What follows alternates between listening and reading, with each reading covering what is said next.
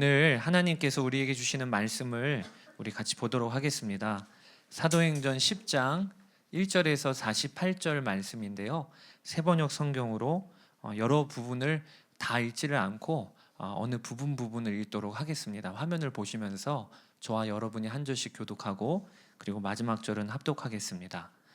가이사랴에 고넬료라는 사람이 있었는데 그는 이탈리아 부대라는 로마 군대의 백부장이었다. 그는 경건한 사람으로 온 가족과 더불어 하나님을 두려워하며 유대 백성에게 자선을 많이 베풀며 늘 하나님께 기도하는 사람이었다. 어느 날 오후 3시쯤에 그는 환상 가운데에서 하나님의 천사를 똑똑히 보았다. 그가 보니 천사가 자기에게로 들어와서 고넬료야 하고 말을 하는 것이었다. 고넬료가 천사를 주시하여 보고 두려워서 물었다. 천사님, 무슨 일입니까? 천사가 대답하였다.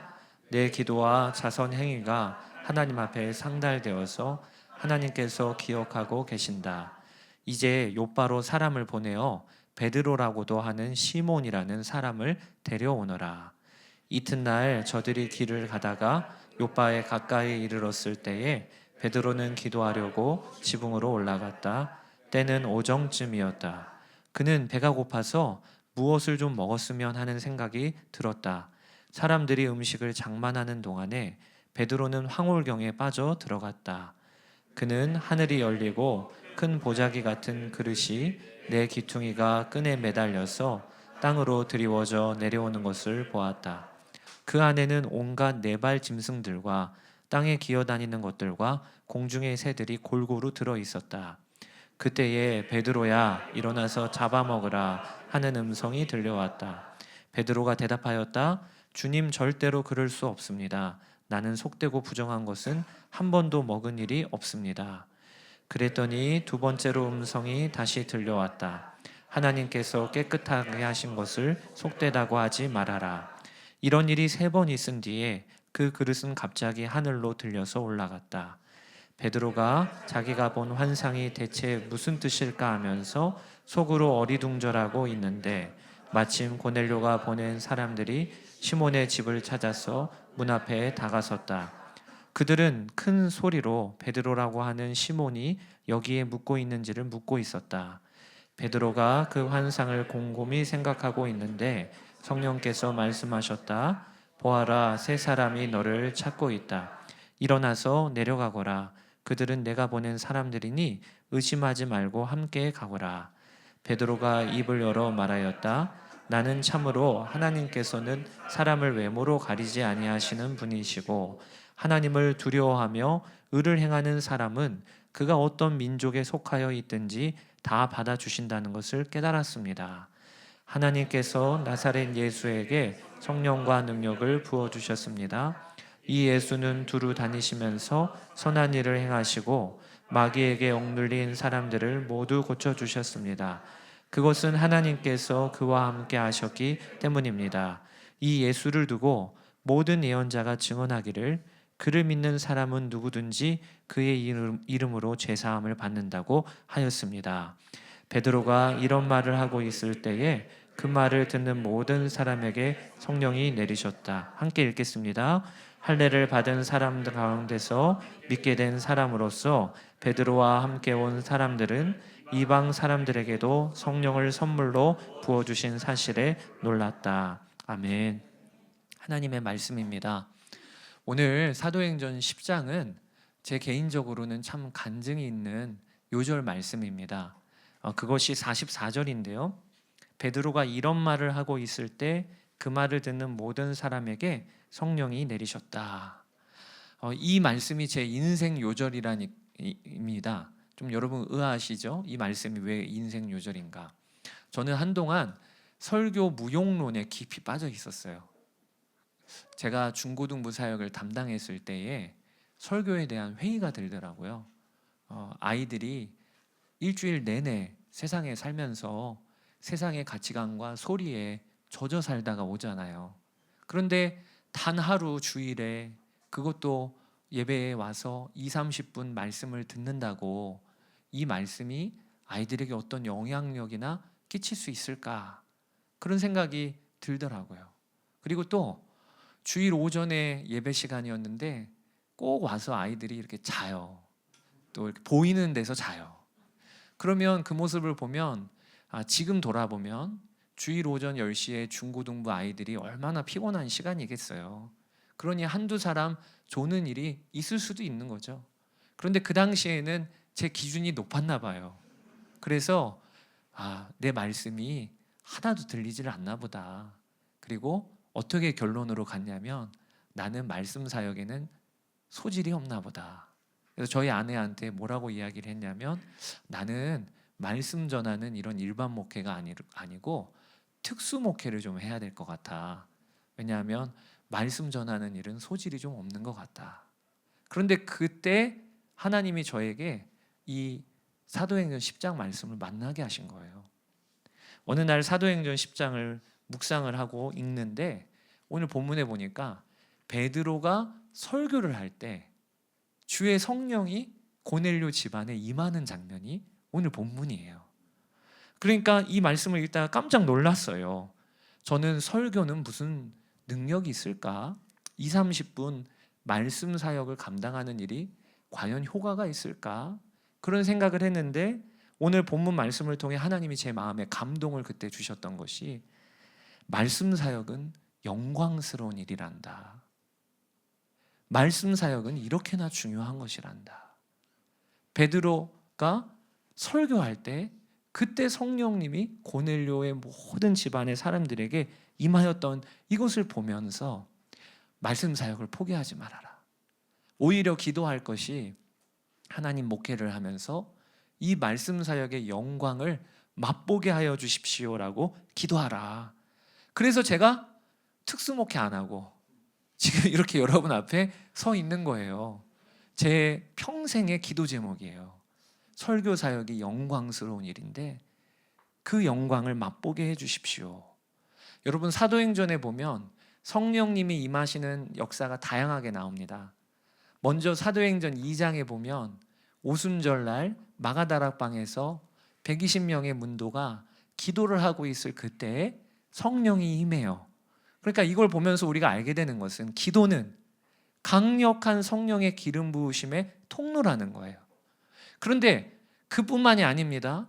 사도행전 8장에 보면 사마리아 성에 사도들이 내려가서 그곳에 있는 성도들한테 안수를 할 때 그때 성령님이 임하시는 장면이 사도행전 8장에 펼쳐집니다. 그러니까 주의 종이 손을 얹고 안수 사역을 한다는 것은 하나님의 특별한 계획이 있는 사역 중에 하나임을 성경은 보여주고 있는 것이에요. 그런데 그것뿐만 아니라 오늘 본문에 보면 말씀 사역 가운데 성령께서 이 자리에 임재하시고 그리고 성령의 임재를 경험하는 일이 일어나요. 그래서 베드로뿐만 아니라 함께 고넬료 집안에 내려왔던 모든 유대인들이 너무 놀라기를 우리가 받은 성령을 저들도 받네. 그래서 세례 주기를 주저하지를 않고 세례를 베풉니다. 그러니까 여러분 오늘은요 제 마음에 먼저는 이게 간절히 사모가 되는 것이에요. 여러분 말씀 시간은 한 사람이 나와서 말씀 앞에 나가서 말을 하고 여러분들은 듣는 그 정도의 시간이 아니고요. 말씀 시간은 성령님이 임재하시는 시간인 거예요. 오늘도 말씀을 듣다가 성령께서 우리 안에 임재하시고 운행하시고 그리고 우리의 생각을 바꾸시고 그리고 우리의 모든 묶임을 푸시는 역사가 일어날 것이라고 기대하는 마음으로 이번 한 주간을 저는 준비를 했어요. 여러분 오늘 본문은 엄청난 사건이 기록되어져 있습니다.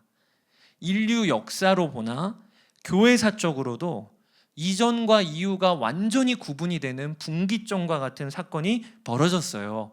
그것이 바로 이방인들에게 성령님이 임한 것입니다. 사도행전 2장에 마가다락방에서 120명의 성도들이 기도하다가 성령님이 그 자리에 임하시죠. 이것을 우리는 오순절 성령 강림절이라고 합니다.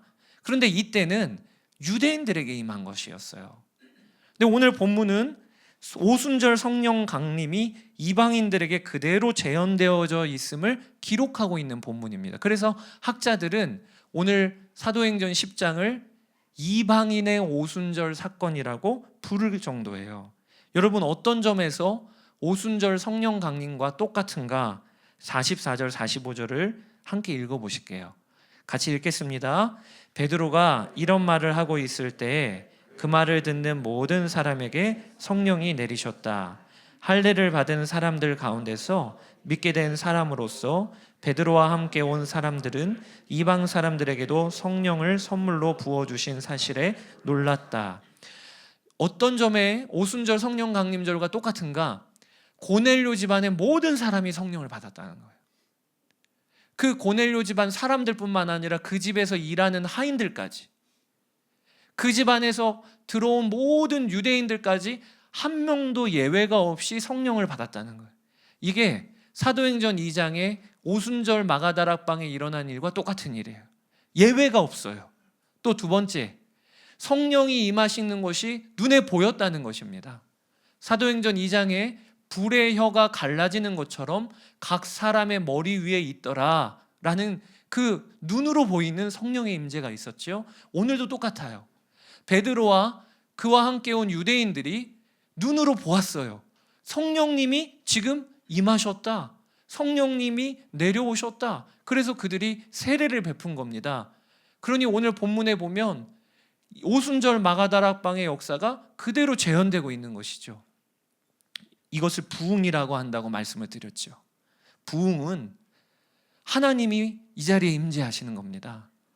그래서 마음에 딱딱한 마음으로 나왔을지라도 부인할 수가 없어요. 이 자리에 왕이 계시다. 압도당하는 것이라 하였죠. 내가 마음을 풀고 말고 할 게 없어요. 왕이신 하나님이 분명하니까 그 앞에 무릎을 꿇는 것이죠. 심지어는 부흥이 임하면 이 안에 예배드리는 우리들뿐만 아니라 이 운중동 사람들이 안다고, 그게 인류 역사에 일어났던 부흥이었어요. 그 일이 오늘 본문에 임하게 된 거예요. 사모합시다. 이 역사가 이 시대 가운데서도 일어나게 하시는 주님의 계획이 있음을 믿고, 완악하고 악한 세대에 하나님이 우리에게 주시는 하나의 중요한 해법은요, 부흥이 임하는 거예요. 그리고 이 부흥 이후에 드디어 이방인 선교의 문이 활짝 열리게 됩니다. 지금까지는 복음이 전파되어졌어도 이스라엘 땅 안에서만 전파되어졌어요. 그러나 이제부터는 본격적으로 이방인 구원의 역사가 시작이 됩니다. 그래서 사도행전 1장 8절의 말씀이 그대로 이루어져요. 오직 성령이 너희에게 임하시면 너희가 권능을 받고 예루살렘과 온 유대와 사마리아와 그리고 땅끝까지 이르러 내 증인이 되리라. 이 땅끝까지 이르러라고 하는 첫 성취가 오늘 사도행전 10장에서 오늘 본문에서 이루어지고 있는 것이에요. 그래서 우리 비올드 교회 성도들은 사도행전 10장 하면 유명한 장이지, 이방인의 오순절이지, 이걸 아셔야 될 것 같아요. 저는 오늘 본문을 통해 여러분과 꼭 나누고 싶은 말씀이 하나가 있습니다. 이러한 부흥의 역사가 이방 선교의 한 걸음을 떼는 이 역사의 진전이 어디서부터 시작이 됐는가, 이걸 나누고 싶어요. 그게 바로 베드로라고 하는 한 사람의 자아가 꺾이는 데서부터 시작이 된 거예요. 그래서 오늘 제목이 자아의 죽음, 부흥의 시작. 이 부흥의 역사가 어디서부터 시작됐나? 베드로가 기도하는 시간에 그에게 일어나는 일부터 그 부흥이 시작이 된 거예요. 그걸 살펴봅시다. 오늘 본문에 보면 베드로는 지난주에 우리가 다비다라고 하는 여성도를 베드로가 살린 내용을 보았죠. 그 욥바에 머물러 있었어요. 그 욥바에 무두장이, 가죽을 다루는 일입니다. 무두장이 시몬의 집에 베드로가 머무르고 있었을 때 정오 시간이 되어서 늘 하던 대로 기도실에 올라갔습니다. 그런데 기도 중에 환상이 보이는 거예요. 하늘로부터 큰 보자기가 내려와요. 그리고 베드로가 환상 가운데 그 보자기 안에 무엇이 담겨있나를 보았더니 4발 짐승과 기어다니는 것과 공중의 각종 새들이 골고루 그 보자기 안에 들어있어요. 이게 무슨 의미지? 왜 이 보자기 안에 이런 동물들과 기어다니는 것들이 가득 들어있지? 라고 베드로가 생각하고 있는데 하나님의 음성이 들리기를 베드로야 일어나서 잡아먹으라. 이 음성이 들렸어요. 베드로가 즉각 대답을 합니다. 주여, 절대로 그럴 수 없습니다. 나는 속되고 부정한 것은 한 번도 먹은 일이 없습니다. 베드로가 잘 대답한 거예요. 유대인의 율법으로 정결 예로 하면 기어다니는 것은 먹으면 안 됩니다. 그 다음에 네 발로 걸어다니는 동물 중에서도 함부로 먹을 수가 없습니다. 베드로는 유대인으로서 이 정결 예식을 지금까지 철저히 지켰어요. 그런데 하나님께서 그 말을 듣고 들으시고 그래 그렇지 옳다 잘 대답했다 이렇게 말씀하시는 게 아니라 내가 깨끗하다고 한 것을 내가 속되다고 하지 말아라 이렇게 말씀하시는 내용이 오늘 본문이에요. 이 환상이 3번이 반복이 됩니다. 그리고 이 환상 후에 베드로가 깨어났어요. 그리고 베드로가 깨어나자마자 밖에서 사람들이 자신을 찾는 소리가 들립니다. 그게 본문 17절 18절입니다. 이것도 같이 한번 읽어볼게요. 베드로가 자기가 본 환상이 대체 무슨 뜻일까 하면서 속으로 어리둥절하고 있는데 마침 고넬료가 보낸 사람들이 시몬의 집을 찾아서 문 앞에 다가섰다. 그들은 큰 소리로 베드로라는 시몬이 여기에 묵고 있는지를 묻고 있었다. 여러분, 여기서 우리가 2가지를 보아야 돼요. 하나는요, 하나님의 정확한 타이밍이에요. 베드로가 꿈속에서 보자기에 들어가 있는 각종 부정한 짐승을 먹으라라고 하시는 이 음성을 들었고, 또 내가 깨끗하다고 한 것을 부정하다고 하지 말아라 라는 이 음성을 들은 이 환상 이후에 본문 17절에 보면 마침 베드로를 찾는 사람들이 도착을 한 거예요. 그러니까 베드로는 자연스럽게 이 환상이 이 일을 위함이구나 라는 생각을 갖게 될 수 있었죠. 그리고 또 우리가 봐야 할 표현이 뭐냐면 사람들이 베드로를 찾는데 뭐라고 찾냐?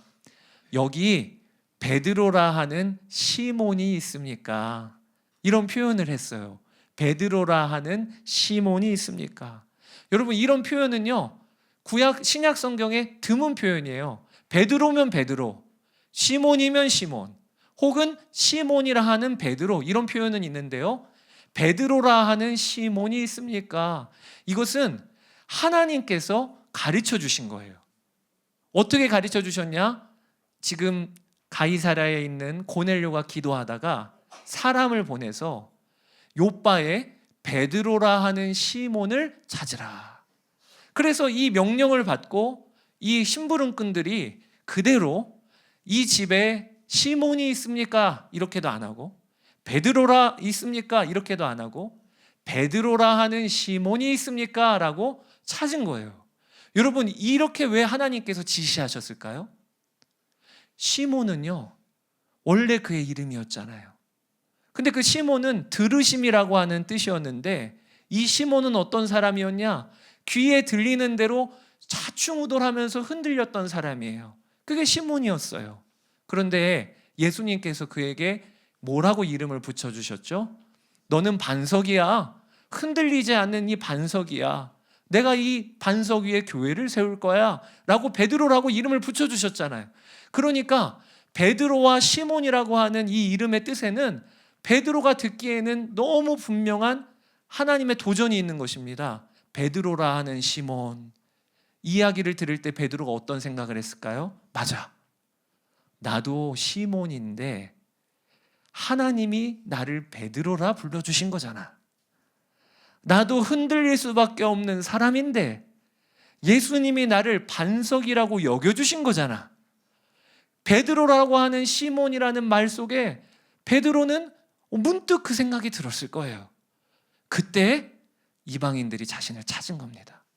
그러니까 베드로가 하나님의 부르심이구나 라고 여기고 그들을 따라갈 수 있었던 것이죠. 그래서 베드로가 이방인이 대부분인 가이사랴라고 하는 곳에 가서 로마 백부장 고넬료의 집에 들어가 예수 그리스도께서 왕이심을 선포하고 말씀을 전한 것이 오늘 본문인 것입니다. 여러분, 이 부흥의 역사가 어디서부터 비롯되었냐? 베드로의 자기 의가 꺾이는 데서부터 비롯된 거예요. 하나님께서 일어나서 보자기에 쌓인 동물들 잡아먹으라 했어도 베드로는 절대 그럴 수 없다고 했습니다. 이게 자기 의예요. 나는 유대인입니다. 나는 그동안 율법을 잘 지킨 자입니다. 그에 비해서 저 이방인들은 하나님의 선민에서 제외된 자들입니다. 율법을 모르는 부정한 자들입니다. 이게 베드로의 자기 의였어요. 하나님이 깨끗하다 하셨어도 내가 보기에 그것은 깨끗한 게 아니라고 생각하는 게 베드로의 고집이었어요. 그런데 오늘 본문에 하나님이 그 자기 의를 꺾으신 거예요. 베드로의 자아를 꺾으신 거예요. 그래서 베드로가 하나님이 깨끗하다고 하시면 깨끗하다고 여기는 그 말씀 의지해서 고넬료의 집에 들어갔으니까 이방인의 부흥이 오늘 임하게 된 것입니다. 그러니 오늘 말씀을 읽으면서 하나님이 우리에게 주시는 도전이 있어요. 우리 가정에, 우리 교회에, 우리의 일터에 하나님의 부흥이 임하게 되는 그 시발점은 어디에 있느냐? 내가 죽는 거예요. 내가 죽는 거예요. 내 생각이 꺾이는 거예요. 내 고집이 하나님의 말씀 앞에 무릎을 꿇는 거예요. 거기서부터 부흥의 역사는 시작이 되는 겁니다. 오늘 성령께서 이 베드로의 자기의가 꺾이는 이 본문을 통해 우리 한 사람 한 사람에게 너는 무엇이 꺾여야 하겠니? 예배 자리에 나와 있는 이때에도 무슨 고집을 부리며 무슨 내 의를 내세우고 있니? 오늘 예배 가운데 주의 성령께서 우리의 의를 꺾으시고 우리의 고집을 꺾으시며 그리고 우리가 말씀 앞에 무릎을 꿇는 그 역사가 우리 가정이 살아나는 일이고 우리 교회가 세워지는 일임을 오늘 기억하게 되기를 원합니다. 여러분, 한국교회 초창기에 아주 유명한 교회가 하나 있어요. 지금도 많은 국내 단기 선교 성지순례로 방문하는 교회입니다. 경북 김제에 금산교회라는 교회가 있어요. 근데 그 금산교회는 세워졌던 그 교회 그대로 유지되어 있습니다. 기역자로 되어 있어요, 교회가. 그래서 기역자로 왜 되어 있냐? 한쪽은 남자들이 앉아 있고 한쪽은 여자들이 앉아 있어요. 그래서 그 당시만 해도 남녀가 같이 섞여 앉는 것은 상상도 못하니까 교회 강당에 딱 서면 이쪽은 남자, 이쪽은 여자. 이게 경북 김산의 김제의 금산교회예요. 근데 이 금산교회가 시골교회인데 이 교회에서 장로교 총회장을 3번을 연임하신, 그 이후로 이런 일이 없었습니다. 이자익 목사님이라는 한국의 대표적인 목사님이 나오셨어요. 그런데 이 이자익 목사님이 목회자로 세워진 일화가 유명합니다. 금산교회는 테이트 선교사라는 분이 복음을 전해서 세워진 교회입니다. 전도여행을 가다가 어느 한 마을에, 금산리라고 하는 마을에 들어가서 거기에서 지주가 되는 조덕삼이라고 하는 사람에게 복음을 전했어요. 그리고 그 조덕삼이 아주 부자니까 사랑채에서 교회가 시작이 되어졌습니다. 처음 세례받은 교인이 조덕삼과 그의 아내, 그리고 그의 집에서 부리던 마부 이자익, 그리고 동네 마을에 살던 박화서 부부가 첫 교인이었습니다. 그렇게 금산교회가 세워진 거예요. 근데 금산교회가 세워진 이후에 복음이 얼마나 빨리 그 마을에 전파가 되었는지 예수 믿는 자들이 늘어나기 시작을 하니까 교회에 일꾼을 세웁니다. 그래서 2 집사를 세워요. 지주였던 조덕삼과 그의 집에서 일했던 마부 이자익을 2 집사로 세웁니다. 그리고 또 얼마 지나지 않아서 또 교회가 인원이 늘어나니까 선교사님들이 모여서 이 교회에 장로를 1명 세웁시다. 그래서 선교사님들이 타지로 나가게 될 경우에 목회를 하는 거죠. 장로님이 목회를 하고 말씀을 전하는 거죠. 후보가 2명이 나왔어요. 누굴까요? 조덕삼, 이자익. 사람들이 투표를 했습니다. 장로 세우는 투표를. 대부분 누구를 예상을 했냐? 조덕삼을 예상을 했어요. 왜냐하면 지주고 그리고 이자익보다 나이가 15살이나 많았어요. 그러니 장로는 당연히 조덕삼이죠. 그런데 여러분, 투표 결과가 어떻게 됐는지 아십니까? 뭐 물어봐도 뭐 안 물어봐도 딱 나오죠. 어떤 분위기니까. 이자익이 장로가 된 거예요. 결과가 나온 순간 선교사님들이 아차했대요. 야, 이거 큰일 났다. 왜냐하면 그 당시 한국 교회들마다 그런 문제들이 생기는 거예요. 예수님을 믿고 사람들이 그렇게 기쁘고 행복하다가도 교회에 중직을 세울 때가 딱 되면 눈빛이 변해요. 누가 세워지는 거냐에 따라 교회 분위기가 달라져요. 그러니까 이 금산교회도 이거 그림이 아닌 거죠. 15살이나 많은 조덕삼은 집사고, 그리고 마부였던 이자익은 장로가 되는 거니까. 근데 그때 조덕삼이 선교사들의 발언권을 얻어서 이렇게 일어나서 온 성도들한테 말을 합니다. 뭐라고 말했냐? 우리 금산교회 교인들은 참으로 훌륭한 일을 해냈습니다. 저희 집에 일하고 있는 이자익 영수는 저보다 신앙의 열의가 대단합니다. 참으로 감사합니다. 나는 하나님의 뜻을 겸허히 받들여 이자익 장로를 잘 받들고 더욱 교회를 잘 섬기겠습니다. 조덕삼 집사가 이렇게 이야기를 한 거예요. 그가 어떤 일을 행한 거죠? 자기의 의를 꺾은 거예요. 그 당시만 해도 노예제와 신분제가 폐지된 지가 얼마 되지 않아서 사람들의 마음에는 지주와 마부는 같은 위치가 아니었어요. 그리고 자기보다 나이가 어린 장유유서 사회였잖아요. 그런 사회에서 조덕삼이 자기의 의를 꺾었어요.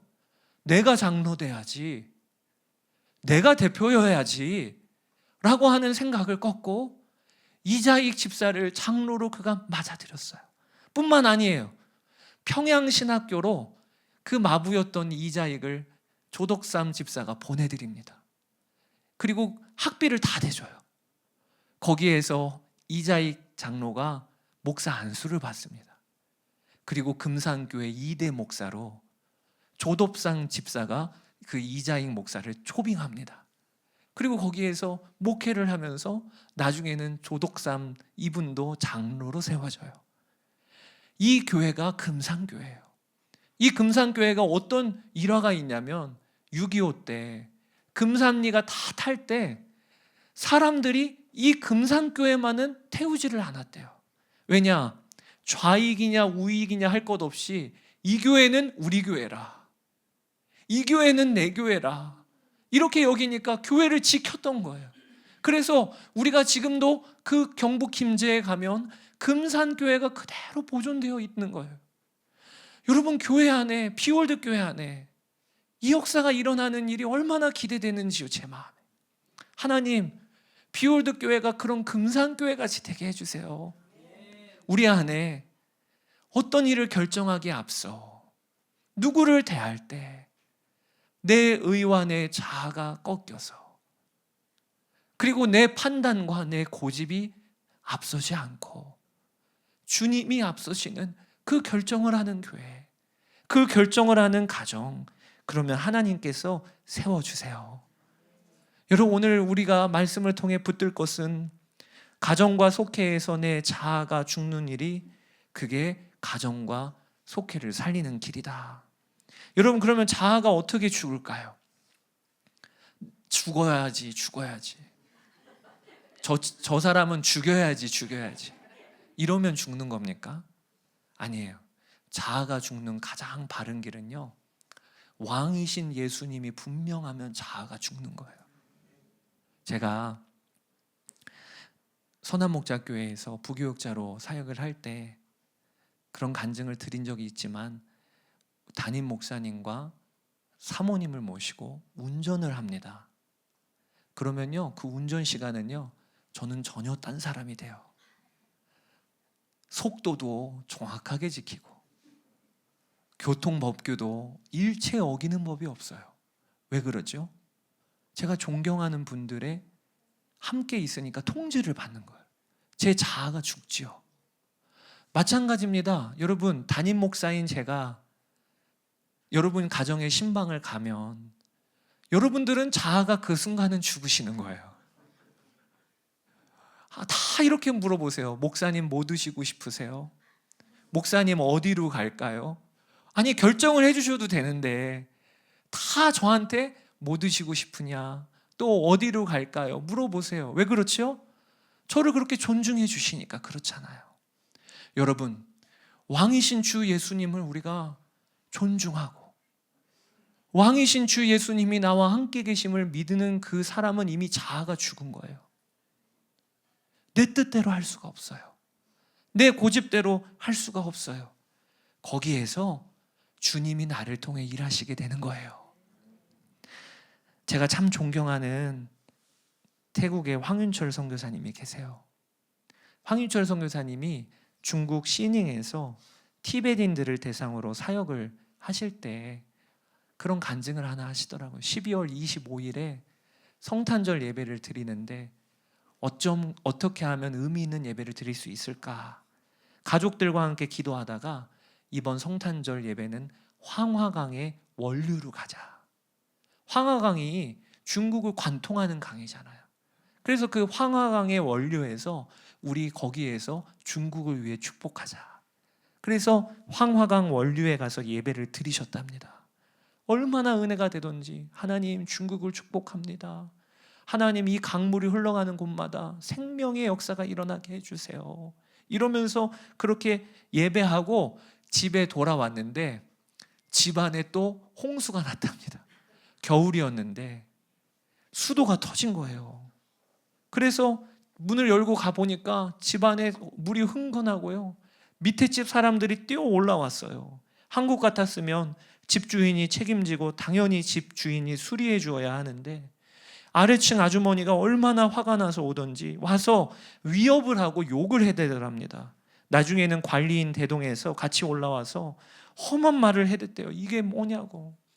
그러니까 선교사님도 너무 마음에 억울한 거예요. 아니 이 수도관이 동파된 것은 오래된 수도관 때문에 그랬던 것인데 그러다가 정말 어이가 없었던 것은 아주머니가 손해 배상금을 얘기하는데 엄청난 금액을 부르시더래요.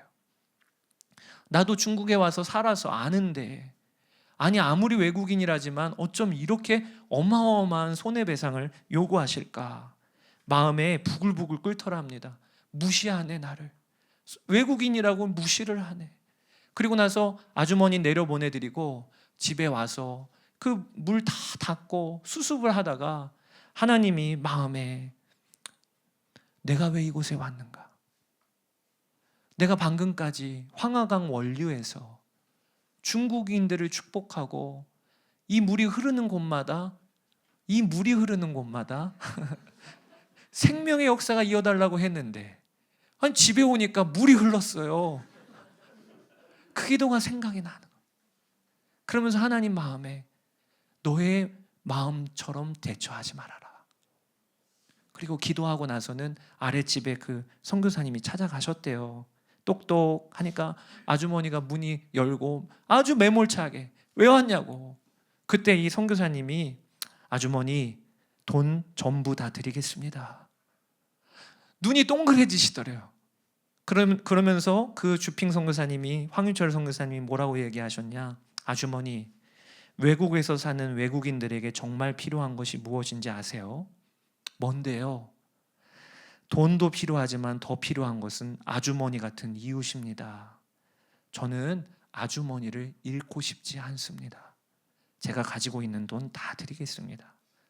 근데 그 말을 듣더니 그 아주머니 눈물이 핑 도시더래요. 그러면서 잠깐 집으로 들어오라고. 그리고 집에 들어가 보니까 남편과 아들이 있는데 늘 겉돌아요. 자기의 외로운 처지를 이야기하면서 그렇게 눈물을 흘리더래요. 이 아주머니가 선교 사역의 좋은 동반자가 됐다는 거예요.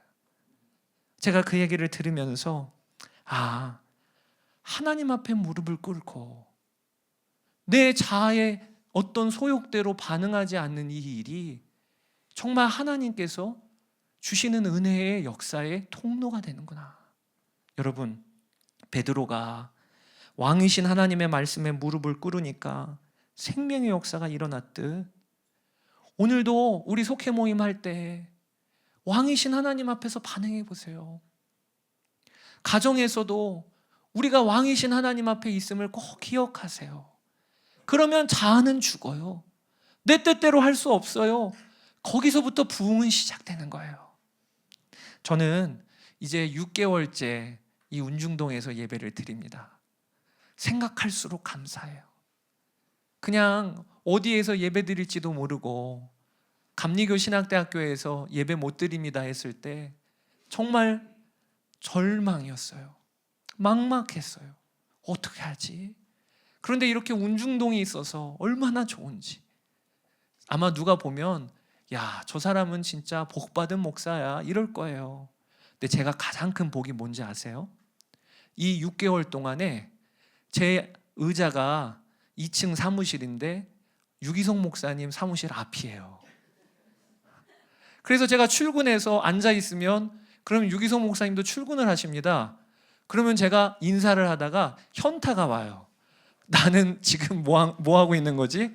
내가 분명 개척한 게 맞는데, 그리고 내가 지금 담임한 게 맞는데 왜 내 앞에 담임 목사님이 보이지?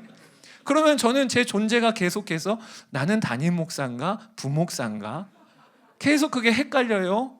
그러다가 제 마음에 너무 감사한 거 있죠. 비올드 교회를 개척 담임으로 나왔지만 하나님이 6개월 동안 계속 저에게 훈련시켜 주신 것이 눈에 보이는 유기성 목사님을 통해서 저에게 계속 알려주시는 게 있어요. 비올드 교회는 예수님이 담임 목사야. 그리고 최왕락 목사, 너는 부목사야. 그 감각을 잃으면 안 돼. 그 주님 앞에 통제를 벗어나는 그 순간이 위험할 때야. 그 감각을 잃으면 안 돼. 그게 미금 성전을 준비하면서 하나님이 저에게 계속해서 주시는 말씀이에요. 이제 미금 성전에 가보니까요, 세상에 제 사무실도 있어요. 담임 목사실도 있어요. 그런데 그때가 진짜 위험할 때예요. 나에게 담임 목사님은 주 예수님이시고 비올드 교회의 담임 목사님은 주 예수님이시고 나는 그 예수님 앞에서 통제를 받아야, 그래야 나를 통해 생명이 역사가 흘러가는 것임을 잊지 말아라. 여러분, 우리도 다 똑같아요. 우리 가정의 가장이 누굽니까? 주 예수님이세요. 내가 가장이라는 생각을 빨리 버려야 돼요. 우리 기업의 운영하는 CEO는 누굽니까? 주 예수님이세요. 그 주 예수님의 통제를 받는 게 가장 안전한 길, 그 예수님의 통제를 받는 게 가장 복된 길입니다. 우리 그렇게 오늘 결단하는 예배가 되기를 원합니다. 그래서 이 시간에 우리 함께 찬양하기를 원하는데요, 주 예수의 얼굴을 구하며 예배하는 세대 일어나 우리의 부르심은 주위에 살고 주위에 죽으니 이것이 부르심. 그러면서 후렴구에 다시 한번 부흥을 주소서. 여러분, 우리의 가정, 우리의 교회, 일터에 부흥이 임하는 길은요, 오늘 가사처럼 살기 위해 주 따르지 않고 죽기 위해 주를 따르며, 이게 우리의 고백이 되기를 원합니다. 우리 찬양하고 기도하고 성찬 받을 준비를 하도록 하겠습니다.